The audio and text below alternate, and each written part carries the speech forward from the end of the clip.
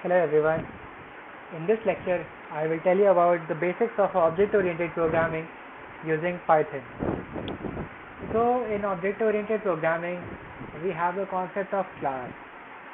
So you can think of a class like, for example, a species of an animal. So let's say a lion can be a class, a tiger can be a class. Objects are specific instances of class. So for example, you have two lions in a cage. Both of those lions are objects of the class lion. Okay, objects are also known as instances in some programming languages. How would you define a class and how would you define an object? So we define a class with the keyword class followed by a space and then the name of the class. And then each class requires this underscore init and double underscore init special function. A class won't be made if you don't have this method inside of that class. What you do inside this init method is that you create the specific instance. So for example, in the student class here, we have 5 attributes: student name, GPA, credit hours, enrolled, and classes. So that's why we write self.studentName, self.GPA, self.credit hours, and so on. So self refers to that class itself, that object itself. Okay, so self.studentName refers to an object's attribute student name. So here in this init is short for initialize. So in this method, when we create a class student, when we create an object of the class student, we set its name to be an empty string. Its GPA equal to 0, credit hours equal to 0, enrolled equal to true, and classes is an empty list for now. Okay.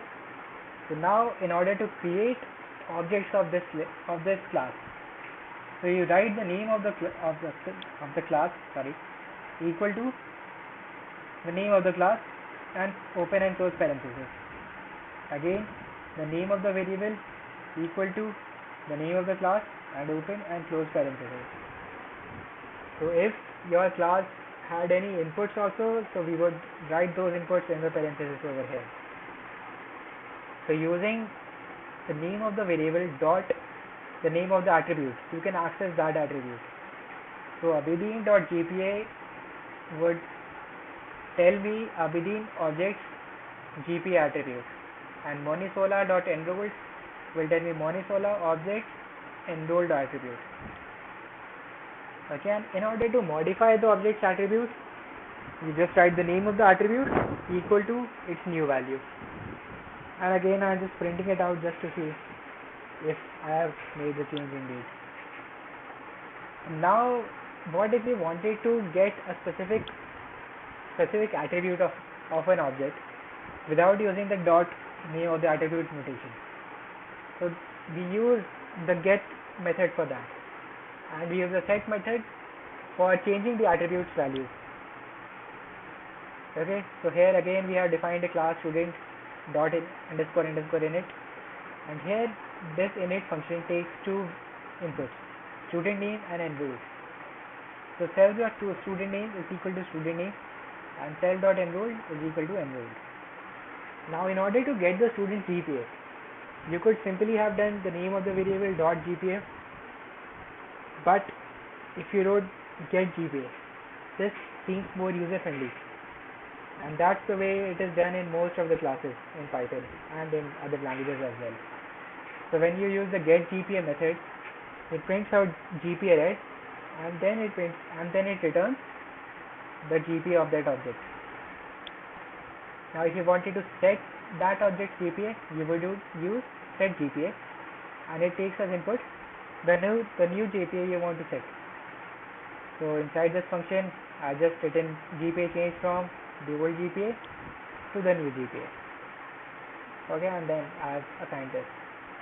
And then finally I just created two objects, again Abidin and Monisola. So in order to create, I had to give two inputs as well, if you remember, student name and enrolled. So here for student I have given the student name as Abidin Ola Dosu and enrolled as true. In Monisola I have given the name Monisola Aye Kusehin and enrolled equal to false. And lastly I am just printing out Abidin.student name and Abidin.enrolled, which will print out Abidin object student name and Monisola object enrolled attributes. Okay, that's all I had for you today. Thank you.